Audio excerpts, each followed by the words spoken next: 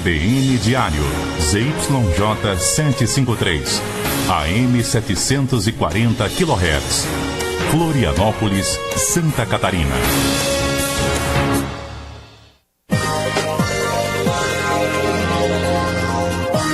Na CBN Diário, Conversas Cruzadas, o Fórum de Debates de Santa Catarina.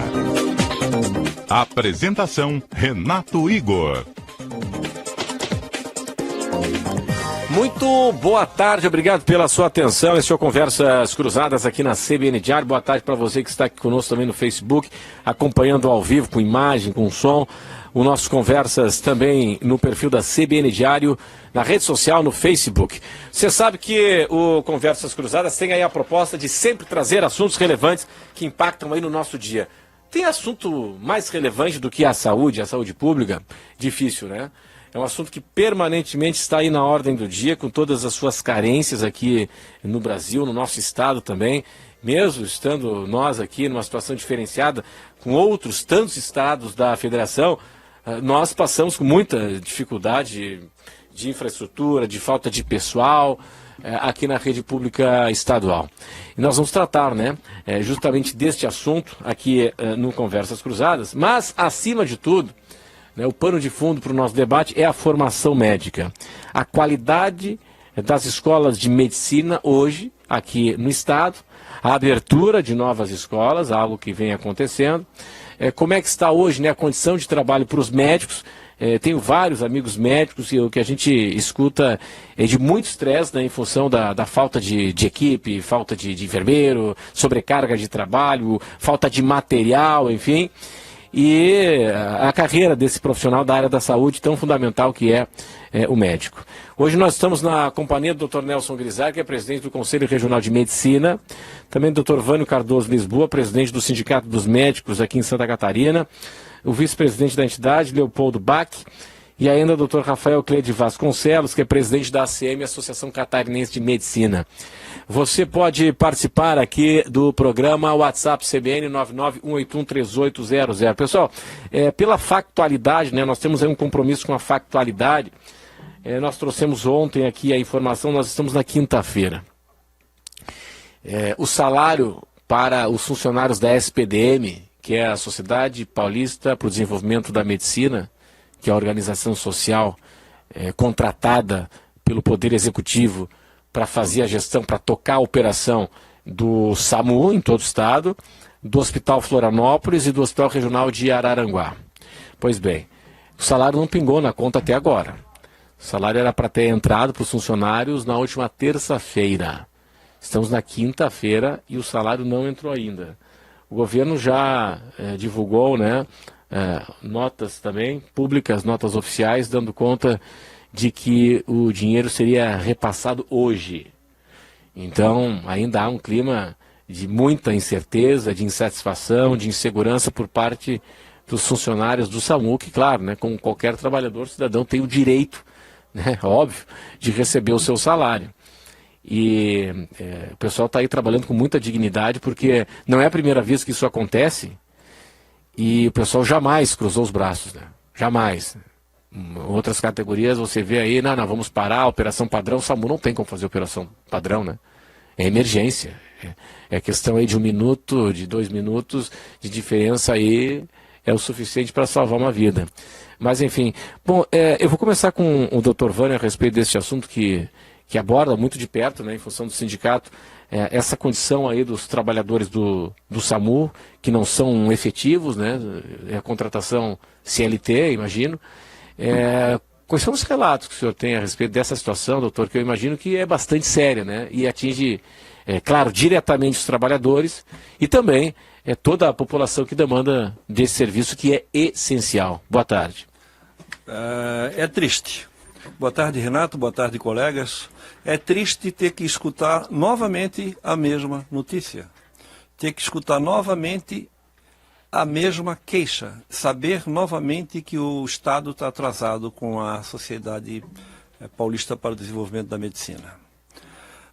É triste nós termos que repetir outra vez aquela conversa de dizer que o sindicato hoje está entrando com uma notificação extrajudicial em face da SPDM para que o salário dos médicos, né, seja colocado em dia. E a questão não é só salário, a questão é salário, é gasolina, é manutenção de ambulância, é técnico de enfermagem, enfim, é uma série de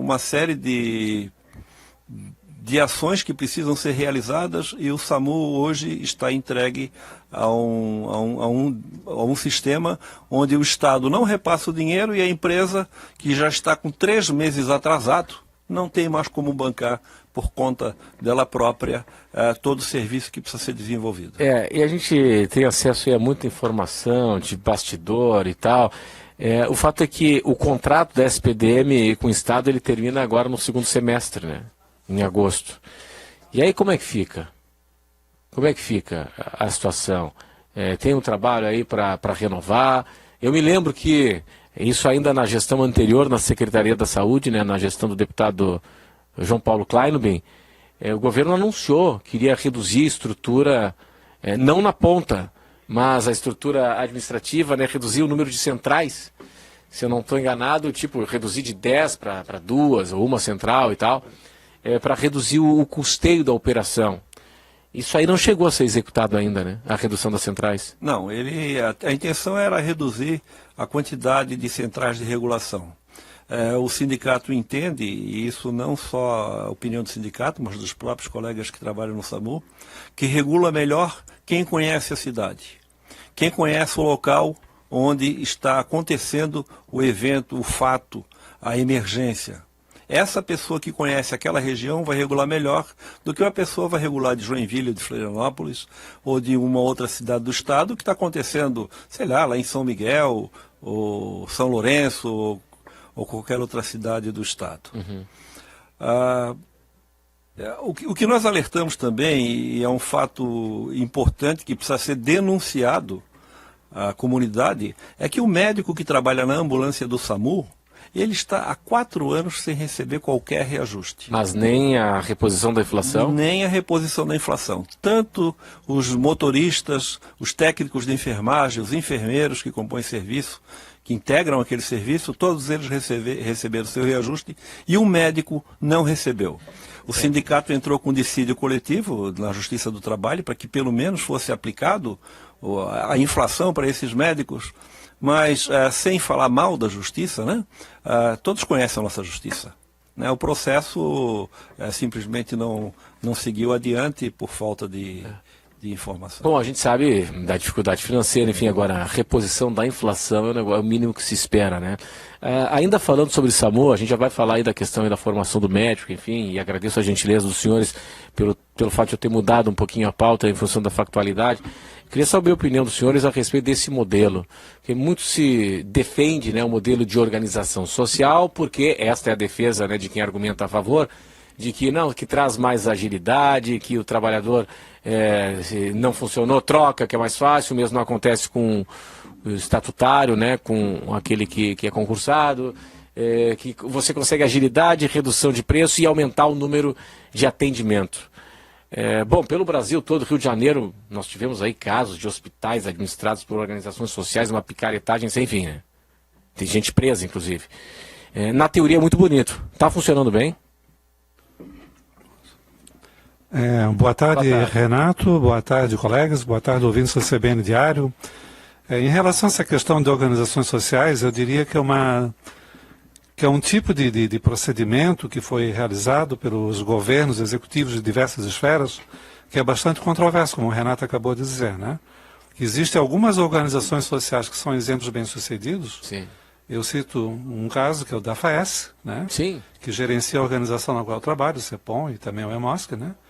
E que no decorrer dos anos vem desempenhando de acordo a função, cumprindo mais ou menos aquilo que ele acabou de dizer, que são as coisas positivas de uma organização social, e tem outras que muito pelo contrário. E nós temos exemplo bem cabal agora, que é a própria SPDM, né?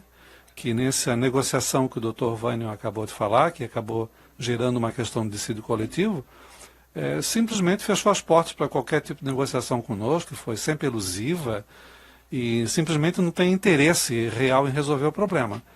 E existem coisas piores, inclusive, que a gente sabe, né? Então, existem organizações sociais e outras organizações sociais. Agora, eu não estou aqui para defender ninguém, não conheço ninguém da SPDM, aliás, eles se comunicam através de nota, não sei nem se tem um executivo aqui no Estado, mas a questão é a seguinte, agora, deve ser difícil também você repor a inflação se você não recebe nem do Poder Executivo, né? Não recebe nem em dia para pagar o salário. Imagino que esse talvez seja aí um dos argumentos. Mas como é que eu vou te dar aumento se eu não tenho nem a certeza se eu vou receber? Só para ilustrar, a FAES estava numa situação muito parecida no ano retrasado e deu aumento para os médicos. Com muito sacrifício, mas deu. Sim. Né? Onde eles conseguiram os recursos, eu não sei. Mas conseguiram. Eu acho que quando uma organização dessas assume uma estrutura complexa, como uma estrutura de saúde como a nossa, cheia de problemas, né? Ela já sabe que vai ser difícil e já sabe que vai ter dificuldade. Sim. E já sabe que vai ter algum atraso de repasse. Isso é um fator líquido e certo no nosso país. Ou alguém duvida que isso não vai acontecer. Sim. Então, eles têm que estar preparados para isso. Usar isso como desculpa, então eles não vão dar aumento nunca. Renato, a SPDM tem mais de 15 anos nesse mercado, fazendo contratos com governos do Estado, não só de Santa Catarina, mas por esse Brasil afora. Tem know-how, portanto. Tem know-how. Eu não acredito, aliás, acreditar eu acredito. Eu acredito que uma empresa desse porte, com essa expertise, vai fazer um contrato sem prever cláusula de reajuste num país que tem uma inflação como o nosso, ou houve má fé por parte do Estado ou por parte da empresa. Mas se eu me comprometo a pagar salário de um empregado, eu tenho que botar no contrato que eu vou fazer uma cláusula de reajuste. Não, mas a situação é o contrário agora, porque não é questão de reajuste, a questão é que o governo está querendo reduzir o contrato. Esse já é o discurso desde do secretário, hoje deputado João Paulo Kleinman. O discurso à época, em função da queda de receita, que é um fato, não era reajustar a remuneração para a empresa, é reduzir a remuneração da empresa. O governo dizendo que seria uma repactuação, né? Um termo bonito para dizer mudar o contrato, uma nova repactuação, reduzindo o custo desse contrato, aí reduzindo as centrais, enfim, para não atingir na ponta o trabalhador. Então eu fico imaginando a dificuldade que é isso, né? De um lado a necessidade de repor no mínimo a inflação para os médicos, quando a discussão, na verdade, que está acontecendo agora é de enxugamento do contrato. Desculpa, Renato, o nosso foco está errado. O nosso foco tem que ser o paciente. Tem que ter aquele cidadão que está lá na ponta e que vai receber o serviço que está sendo prestado. Eu acho que cabe ao Estado prover isso aí. Ele foi eleito para isso, ele se comprometeu a fazer isso quando foi eleito. Cabe à empresa que fez o contrato com o Estado fazer isso. E nós, médicos, eu posso te dar certeza absoluta, estamos cumprindo com a nossa parte. Sem dúvida. Não só como obrigação, mas com dedicação. O trabalho é muito bom. O trabalho é bom. Quer dizer, na ponta, o serviço ele é muito bom para o cidadão.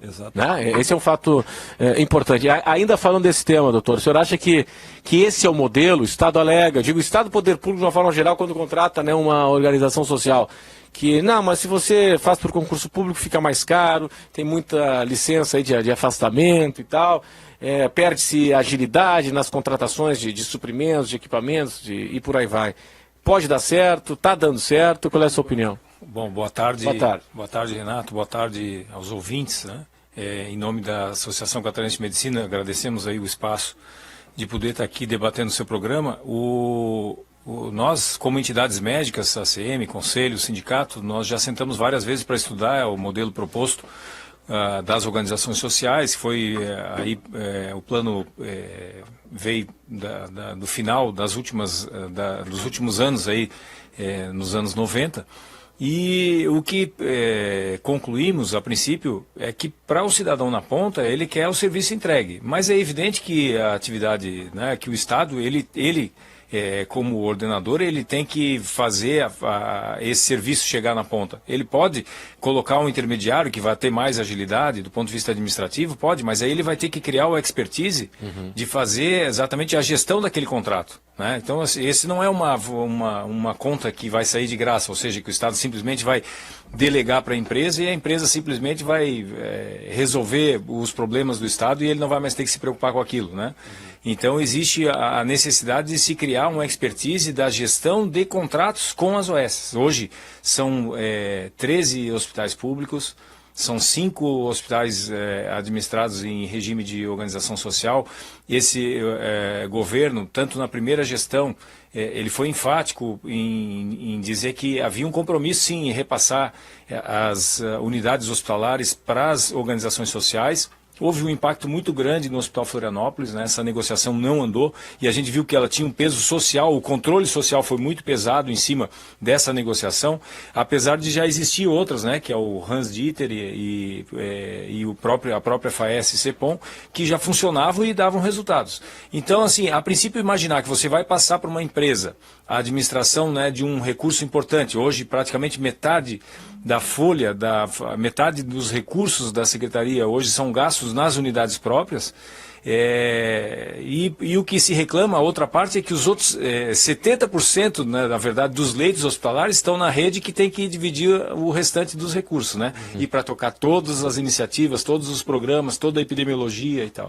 É realmente um problema difícil, mas como a gente estava comentando, faz parte das obrigações aí de quem assume o governo tomar as medidas corretas para sanear essa realidade. Sim, doutor Nelson, é o seguinte, conversando com amigos médicos, né, que atuam no serviço público, nos hospitais, a gente escuta muita reclamação de equipamento danificado, aí se faz o registro, né, e aí demora-se para fazer a manutenção, enfim, falta de pessoal, né? Aí vou sair da esfera pública estadual, vou para a esfera pública federal. Eu estive no HU aí, a questão aí de 2 semanas, eu dei uma circulada pelos corredores, aí um médico me mostrou, vem aqui que eu quero te mostrar um negócio, tá vendo essa ala aqui? Isso aqui era para estar aí recebendo 15, 20 crianças aqui dentro. Tá lá a unidade em obras, pronta, já praticamente pronta, fechada, porque falta gente para trabalhar, né? Então nós temos aí 200 leitos fechados no HU por falta de pessoal. Falta gente para trabalhar. Qual é o quadro que o senhor se depara aí conversando com os colegas médicos na rede pública hospitalar? Boa tarde. Boa tarde, Renato. Boa tarde, os ouvintes. Boa tarde, os colegas que estão juntos nessa caminhada sofrida. O Conselho Regional de Medicina, eu tenho lá na minha mesa 5 ou 6 documentos nessa linha, pedindo ajuda, perguntando o que fazer com essa verdadeira lástima que ocorre, e mais ainda nos nossos hospitais de ensino, os que são da universidade e os que são contratados. Eu tenho uma notícia muito triste para dizer aqui. Vim ontem do Conselho Federal de Medicina, reunião dos presidentes estaduais. O nosso estado vai muito bem, Renato. Vocês não fazem ideia do que vai por este Brasil claro, fora. Por isso que eu fiz a referência no no Rio início, de Janeiro... Calamidade total. Não, total. É como se não existisse medicina. Exato. É como se não existisse medicina.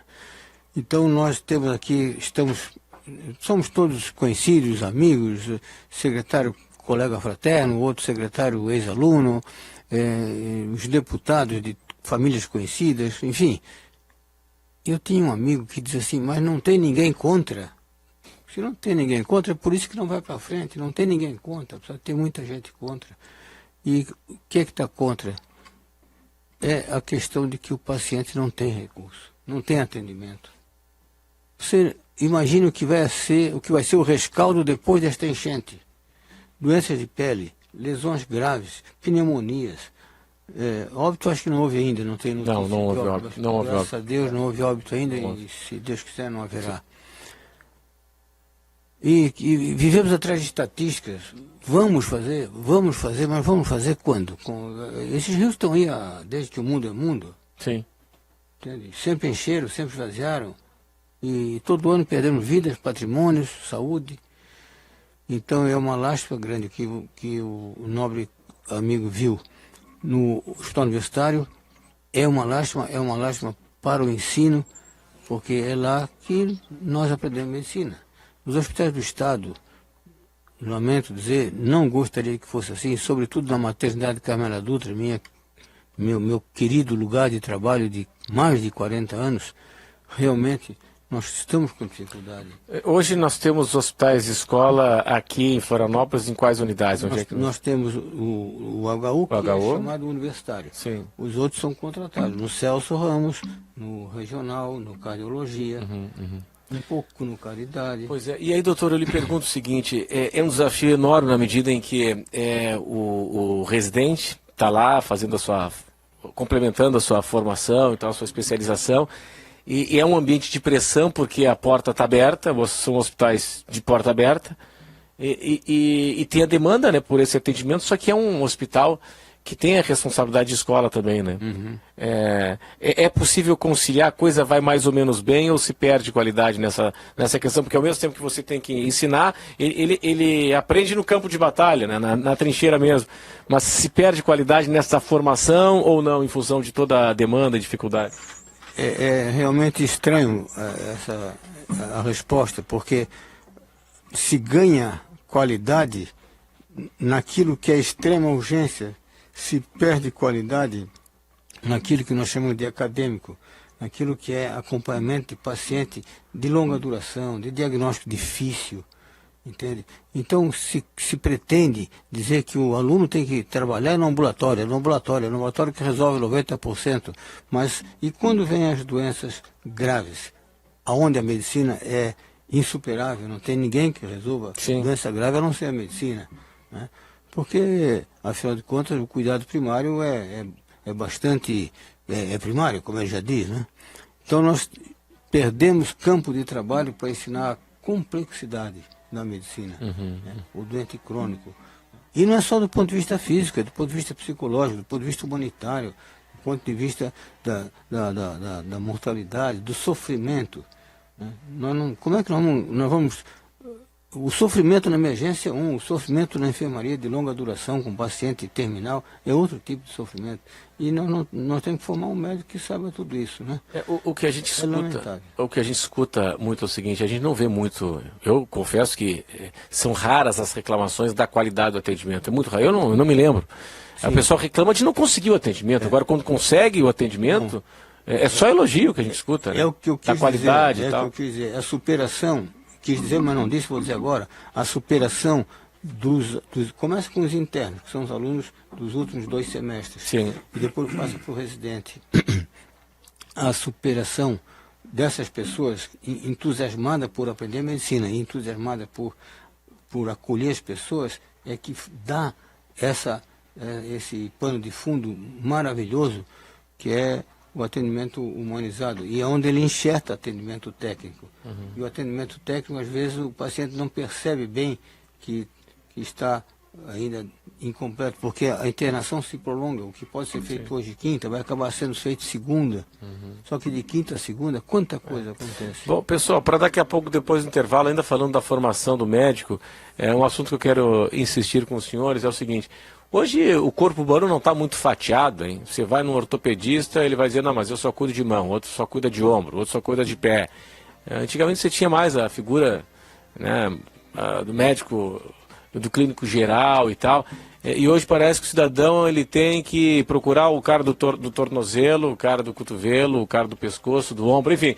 2h29, nós vamos para o intervalo, WhatsApp CBN, muita gente participando por aqui, 991813800.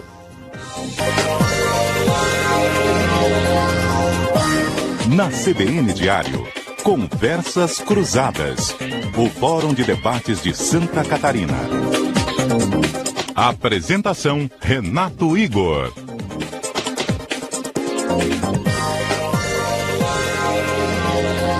Minutos para as 3 horas. Hoje nosso assunto é a formação do médico. Até ia haver um evento nesse final de semana em Blumenau para tratar deste assunto. E em função aí da chuva e tal, da enchente, dos alagamentos, o evento foi suspenso. E nós estamos aí na companhia do Dr. Nelson Grisar, que é presidente do Conselho Regional de Medicina, Dr. Vânio Cardoso Lisboa, presidente do Sindicato dos Médicos no Estado, Dr. Leopoldo Bach, que é vice-presidente do sindicato, e o Dr. Rafael Cleide Vasconcelos, que é presidente da ACM, Associação Catarinense de Medicina. Hoje nós temos 10 escolas de medicina, 11 escolas já. É muito? É muito, sim. No estado, estou falando. É muito, é? O nosso estado é muito. Nós temos escolas a 50 quilômetros, 60 quilômetros, né? Nós temos escola na Palhoça, da mesma de Tubarão. Nós temos escola em Itajaí com Blumenau. Então nós temos de Chapecó com o extremo sul. Mas quando o senhor diz que é muito, é uma crítica em função de uma suposta falta de qualidade na formação desse médico, do corpo docente, é isso? Corpo docente é uma dificuldade. A dificuldade maior são os serviços médicos para atender ao desiderato, que é a formação de um bom médico. Mas eu quero que a comunidade catarinense saiba que, apesar de tudo, o esforço dos alunos, os esforços dos coordenadores de curso, todos bem formados, com doutorado, com mestrado, são muito grandes. Então nós temos ainda uma boa formação médica. Né? Eu quero focalizar só um ponto em relação a uma disciplina que diz diretamente respeito ao Conselho de Medicina, que é a disciplina de Ética Médica e Bioética. Em todas as nossas escolas, todas, federal e municipais, nós não temos escola de um dono. As nossas escolas ou são do governo federal ou são comunitárias. Sim. Das fundações educacionais, né? Em todas elas tem ensino de Ética Médica e Bioética. Umas têm 2 semestres, 3 semestres, 4, tem uma que tem 8 semestres. E isso faz a diferença. Parece que não, mas faz a diferença. Na iniciação do aluno, ensinando o que é medicina, dando exemplo, discutindo casos, discutindo filmes. Nós utilizamos muito filme, película, em todas as escolas. Casos reais, casos que eles mesmos trazem às vezes. E isso faz com que os alunos tenham uma outra... Mas onde é que o senhor acha que tem aí, pela sua vivência, o maior conflito ético na atividade? Relacionamento médico-paciente. Relacionamento, às vezes coisas mínimas, coisas de acolhimento. Exemplo, por exemplo. Acolhimento, mau atendimento. Mas às vezes o paciente reclama o seguinte: pô, mas eu fui lá, o médico nem tocou em mim. Porque, certa vez, quando o governador Antônio Carlos Colher, doutor Antônio era governador, a gente tinha várias reuniões e numa das greves ele me chamava para o lado dele, que eu já fui presidente do conselho antes, e ele perguntava exatamente isso, e eu dizia para ele: governador, com esse salário não dá para ser ético. Ele ria, entende? E hoje não podemos esperar. Era uma ironia, uma crítica. É uma ironia. Agora você veja o SAMU, você recebeu os médicos, não é o pessoal do SAMU. Não, mas todos. Os médicos. Não, mas nesse caso aí todos. Não. Os médicos. Não, nesse caso aqui. Do salário? Do salário. Ah, tá, não. Você está falando do reajuste. Não, mas nesse caso aqui são todos os servidores do SAMU que não estão recebendo. Sim. Não são só os médicos. Não estão recebendo o salário. O salário. Eu não estou falando do reajuste aqui, estou falando da reposição. Estou falando aqui do pessoal que não recebeu, os funcionários do SAMU, equipe administrativa, todo mundo. Aí você põe essas vidas em risco dos funcionários, dos empregados. Tem compromisso e tal. Tem compromisso, e como é que ele vai ter tranquilidade? Sim, a cabeça de vai perdendo tranquilidade, daqui a pouco ele perde a ética, ele vai de qualquer jeito, porque é humano, 1, 2, 3 dias, 15 dias, 20 dias, meses em alguns lugares, né? Sim. Tem muita força moral, muita ética trazida de casa para não esmorecer, sabe? Mas, enfim, a vida é muito cruel e às vezes a gente fraqueja. Mas não é justificativa, mas quero dizer aos ouvintes do teu programa, aos leitores também, né?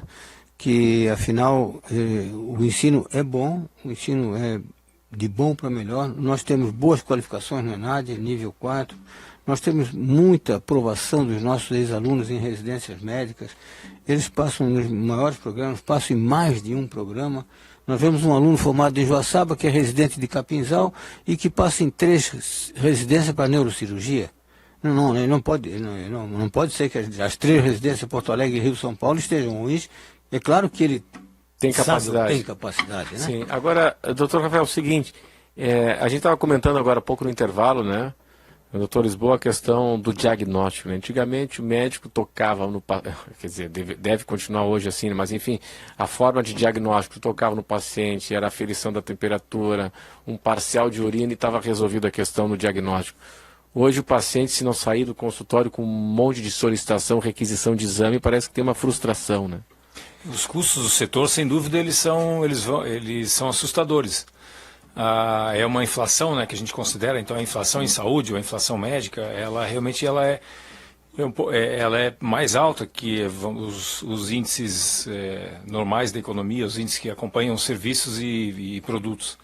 Mas o que leva a isso, né, essa questão da incorporação tecnológica, que é uma realidade que não volta atrás, é que você agrega tecnologias e que elas não se desfazem. Então você, na verdade, só vai agregando também custos, né? Você pega, por exemplo, um exemplo bem simples é a questão do raio-x. Você tem, depois do raio-x, outras evoluções tecnológicas na área de medicina de imagem, como a tomografia computadorizada, depois a ressonância magnética, e você não desligou o raio-x, né?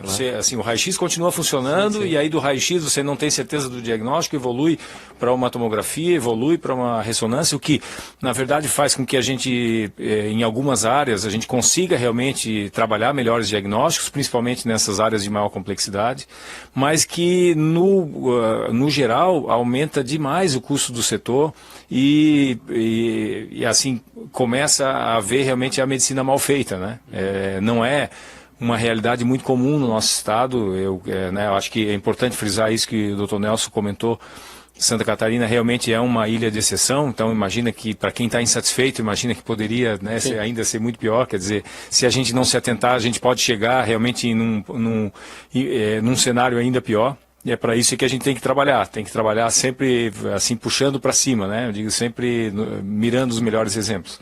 Mas sem dúvida nenhuma esse problema de custos e exames em demasia, ele preocupa a sociedade médica também. Bom, aqui participação do ouvinte, o Edson Nunes, referente ao SAMU. Mais uma vez o problema é a contrapartida pública. Se fosse tudo público já estaria tudo parado, faz tempo, diz ele aqui.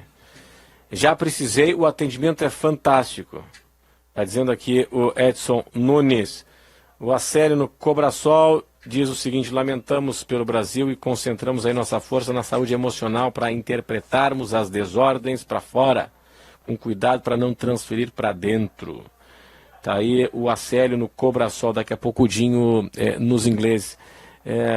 Hoje, ainda falando de diagnóstico, enfim, mas ampliando um pouquinho, hoje não está muito fatiada, né, essa questão da setorização da medicina. Eu citava agora há pouco, antes do intervalo, você vai num traumatologista, né, num ortopedista, com um problema no ombro, de repente, não, mas o ombro não é comigo, eu cuido só de joelho, o outro cuida só de pé, o outro cuida só de pescoço e tal. Isso é questão de mercado. Renato, isso é bom e tem as suas vantagens e as suas desvantagens. Mas voltando ao assunto de escolas de medicina em Santa Catarina, nós temos hoje 11 cursos de graduação. E já está autorizado mais um curso em Araranguá, um curso em Jaraguá do Sul, um em Rio do Sul e outro em Mafra. Santa Catarina hoje forma na faixa aí de 560 médicos, vai formar... Ano. E vai formar na faixa de 780, por aí, por ano. Eu não posso dizer que é bom ter mais médicos, porque mais médicos é uma palavra que está vinculada ao desgoverno que nós tivemos nos últimos 12 anos. Mas que os médicos bem formados venham para atender a nossa população e serão muito bem-vindos, tanto por parte do sindicato, como pelo conselho, como pela associação. Agora, que venham bem formados, que venham em escolas que tenham laboratório, que tenham hospital, que tenha leito de internação para eles poderem estudar. Mas isso é um pré-requisito mínimo para abrir uma escola? Mas não é cumprido. Pô, mas então não tem que abrir. Mas, Renato, o que é cumprido nesse país? Quer dizer, se não tiver leito, né, se não tiver um ambulatório... Renato, nem sentença judicial é cumprida. Pois é, mas não existe país. Quem é que autoriza? É o MEC? Quem autoriza é o MEC. Pois é, mas então tem um pré-requisito, né? O senhor falou aqui que tem que ter o quê? Ambulatório, tem que ter laboratório... Tem que ter toda uma estrutura. Pesquisa, sei lá. Formar médico, não é que nem formar... Existem os pré-requisitos para você não é que nem formar um professor de história, com todo o respeito que eu tenho aos professores de história. Daqui a pouco vai ter curso de medicina à distância, se é que já não tem ainda. Que bom que vai se formar em cima de estudo, de livro, de viagem. Formar médico, tu precisa de uma infraestrutura, tu precisa de laboratório, tu precisa de anatomia, tu precisa de técnica de enfermagem, tu precisa de técnica de exame físico, tu precisa de algum equipamento. precisa de leito para o paciente ficar internado para que ele possa estudar naquele paciente. É assim que se forma. Pois doutor Nelson, é o seguinte, isso aí não é respeitado nesses pré-requisitos mínimos exigidos, digamos assim, pelo MEC para autorizar a abertura de um curso? Os pré-requisitos são exigidos, vão no papel, né? Então se escreve no papel, estão lá, e começam a ser avaliados. Então agora a avaliação é seriada. No 2º ano, no 4º ano e no 6º. Com metas, né? Tem que fazer tal coisa, sim. e aquilo vai... A última não está decidido ainda, seria definitiva. Se não tem condições na última, ele vai ter que repetir alguma coisa. Entendi. Então isso espera-se que dê algum alento. Só que não está sendo feito em todas as escolas. Então tem escola grande que diz que não tem condições, não faço, e como ela é grande, fica por isso mesmo, e assim vai. Pois é, e acaba, o aluno acaba virando uma vítima da história toda. O aluno vira vítima. É vítima. E aí entra as estruturas políticas estudantis e tal, Claro. né, nas vários níveis, exigindo, colaborando, ouvindo as sugestões das entidades, do conselho, do sindicato, da associação médica, né, da associação dos estudantes de medicina, da AMB, enfim. E aos poucos também eles estão compreendendo que tem que ser avaliados. Porque ninguém gosta de ser avaliado, né? A verdade é essa. Mas eles estão entendendo que para fazer aquele compromisso que o Dr. Vânio falou há pouco, tem que ser avaliado, né? Não é brincadeira ser médico, né? Até que estudar medicina, Renato, eu acho que até é fácil, sabe? Eu te dou 6 anos, eu te dou todos os livros, eu te dou as tarefas para cada ano, tu vai sentar 10 horas por dia, dentro de 6 anos tu sabes medicina, mas tu não sabes exercer medicina. Sim. E aí é que vem hospital, ambulatório, clínica, pronto-socorro, etc. Sim, perfeito. Entende? Perfeito. Então exercer medicina é um outro aprendizado, Perfeito. que depende de vocação. Depende de vocação. Você só aprende o que quer. Claro. Depende de vocação. O doutor Van não gostou da minha outra pergunta ali, né, doutor? Vamos lá então, vamos lá. Na questão da setorização da medicina. Eu perguntei, vem cá, isso é uma questão de mercado? O cara que é só de ombro, o cara que é só de joelho, o cara que é só de tornozelo? Não é questão de mercado. Na realidade, é uma questão de complexidade da medicina atual. A medicina tem evoluído, Renato. E hoje em dia é impossível um ortopedista, só para dar um exemplo que tu citasse, entender de ombro, de pé, de mão, de joelho, e ter uma curva de crescimento e uma experiência de termos cirúrgicos e de tratamento que seja adequada para todas as áreas, porque isso tornou-se muito complicado. Uhum. Só para teres uma ideia, na minha área, eu sou oncologista clínico, né? Já não se encontra mais um oncologista que atenda todos os tipos de câncer. Sim. Isso já está começando aqui, onde a gente trabalha, a mudar, a gente separar as coisas. Como já é feito nos Estados Unidos, na Europa, em outros lugares desenvolvidos, já é feito assim há muito tempo, né? Por que isso? Porque a complexidade do conhecimento é muito grande. O conhecimento é muito vasto e é impossível um médico dominar tudo. Uhum. A figura que existia no passado, do médico clínico que entendia tudo, que fazia tudo, quando eu era aluno existiam médicos assim, né? Foram nossos professores, como o Dr. Nelson foi, né? Isso hoje em dia é uma coisa que praticamente não existe mais. Pois é, mas não é um fato ruim, talvez, eu imagino o seguinte, vamos pegar os estudantes então, os acadêmicos de medicina, a turma que já está na fase final, pensando na residência, na especialização médica e tal. Pelo que eu li recentemente, é o seguinte, olha, hoje reduziu de forma considerável aqueles que querem fazer especialização em pediatria, em clínica geral. Hoje a turma quer cirurgia plástica, enfim, as especialidades médicas bem específicas mesmo, né? E o generalista, digamos assim, que é tão importante, né? Que é tão importante para... Com certeza que é, fato isso aí tem motivo, é fato, tem motivo. Isso é ruim? Isso é preocupante? Isso é preocupante. Eu acho que tem que haver uma política de valorização dessas especialidades. E a política de valorização, quando eu falo, é em termos de vencimento, inclusive. Salário? Exatamente. Um dos motivos, por exemplo, que ninguém está muito interessado em fazer pediatria, porque pediatra vive de quê? Vive de consulta. Sim. Então ele tem uma demanda muito grande de atenção, de preocupação, de ser chamado pelos pais da criança, mas o que ele recebe não é compatível com tudo aquilo que ele faz de esforço. Então as pessoas estão com dificuldade de querer isso. Isso pode ser um problema, que o Dr. Nelson falou em vocação. Enfim, o cidadão tem direito, está no direito dele de escolher aquilo que ele julga que é melhor para ele. Agora, se eu vou escolher a minha especialidade de acordo com o que dá mais dinheiro, de repente eu não estou indo atrás da minha verdadeira vocação, não. De repente, então eu não vou fazer hoje, eu não vou, eu queria ser clínico geral. Pô, mas eu sempre sonhei em ser médico pediatra. Não, mas o pediatra hoje está ganhando bem menos do que o cirurgião, do que o neuro e tal. Eu diria que assim, essa liberdade de escolha, desculpe, doutor Nelson, mas assim, a liberdade de escolha, ela hoje, ela praticamente, a gente pensa na liberdade de escolha, mas o mercado é que a impõe, né? Então, sim, claro que assim, ela não é ela não é totalmente vocacional. Faz parte das lutas aí constantes das nossas entidades, a questão da orçamentação adequada, ou seja, dinheiro o suficiente no Sistema Único de Saúde, faz parte a carreira de médico de Estado, onde você vai ter uma carreira parecida com a carreira da magistratura, com a carreira do militar, em que você sabe onde começa a sua carreira e onde ela pode terminar, porque isso te dá segurança, você sabe que não fica à mercê das vontades políticas dos governantes.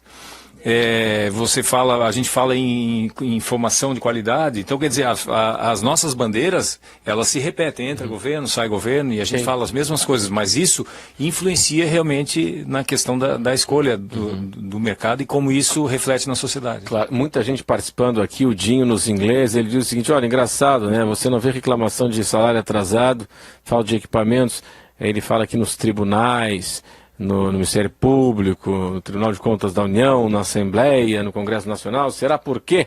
Obrigado, Dinho, nos ingleses. Aqui o Luiz na Trindade, ele diz assim, ó, faz uma denúncia aqui, ele diz assim, ó, não estaria a qualidade do ensino mais relacionada com a falta de compromisso do corpo docente? E ele denuncia aqui de médicos, isso já virou até a denúncia do Ministério Público, né? Médicos, professores do HU dizer aqui que ao invés de estarem lecionando e atendendo, estavam em suas clínicas particulares. É o Luiz na Trindade. Posso falar? Claro. A questão do HU foi uma grande injustiça que fizeram com aqueles colegas. E isso com todos, senhor? Com todos, com certeza absoluta. Dentro da medicina, nós temos várias especialidades. E eu vou chamar um caso prático para que o ouvinte entenda o que é que aconteceu com o Hospital Universitário. O Serviço Público Federal não tem a figura do médico de sobreaviso. Aquele médico que pode ser chamado no hospital a hora que o clínico que está na emergência precisar chamar. O Hospital Universitário não tem necessidade de ter um cirurgião torácico de plantão 24 horas por dia, inclusive sábado, domingo. Ele não tem essa necessidade. Mas ele tem a necessidade de acessar a esse profissional a hora que um paciente sofreu, ou um cidadão sofreu um acidente, vou chamar um motoqueiro, sofreu um acidente aqui na Avenida Beira-Mar e foi levado para o hospital universitário com um ferro transfixando o pulmão dele. Tá? É um paciente que pode perfeitamente ser salvo se nós chamarmos um cirurgião torácico que possa operá-lo dentro da qualidade técnica. Só que o hospital, a estrutura hospitalar, tem que ter a condição de chamar esse cara aonde ele estiver, em casa, no consultório, fim de semana. E o que é que foi feito? Foi feito um acordo com a direção do hospital de que determinadas especialidades, determinados médicos teriam uma liberação, entre aspas, do ponto para poder ficar à disposição do hospital quando realmente precisar. Melhor do que ficar lá sentado esperando. Tá. Outro caso no cirurgião torácico que operou o paciente na segunda-feira, na terça, na quarta, na quinta, na sexta ele passa a visita. Acabou o horário dele, sábado e domingo o paciente se dana no leito do hospital? Não, ele tem que ir lá ver. No sábado, no domingo, no feriado, no dia dos pais, no dia das mães, primeiro do ano. Bom, é isso aí, Renato. Pessoal, é o seguinte, nós estamos aí sobre a hora, queria pedir desculpas para os nossos ouvintes aqui que não consegui atender a todos, o Rodrigo, o Robson, o Alexandre Feijó, pessoal, fica para uma próxima, tá bom? Senhores, obrigado aí pela atenção e até uma próxima oportunidade, tá bom? Tá bom, Renato. 3 horas da sequência, o repórter CBN.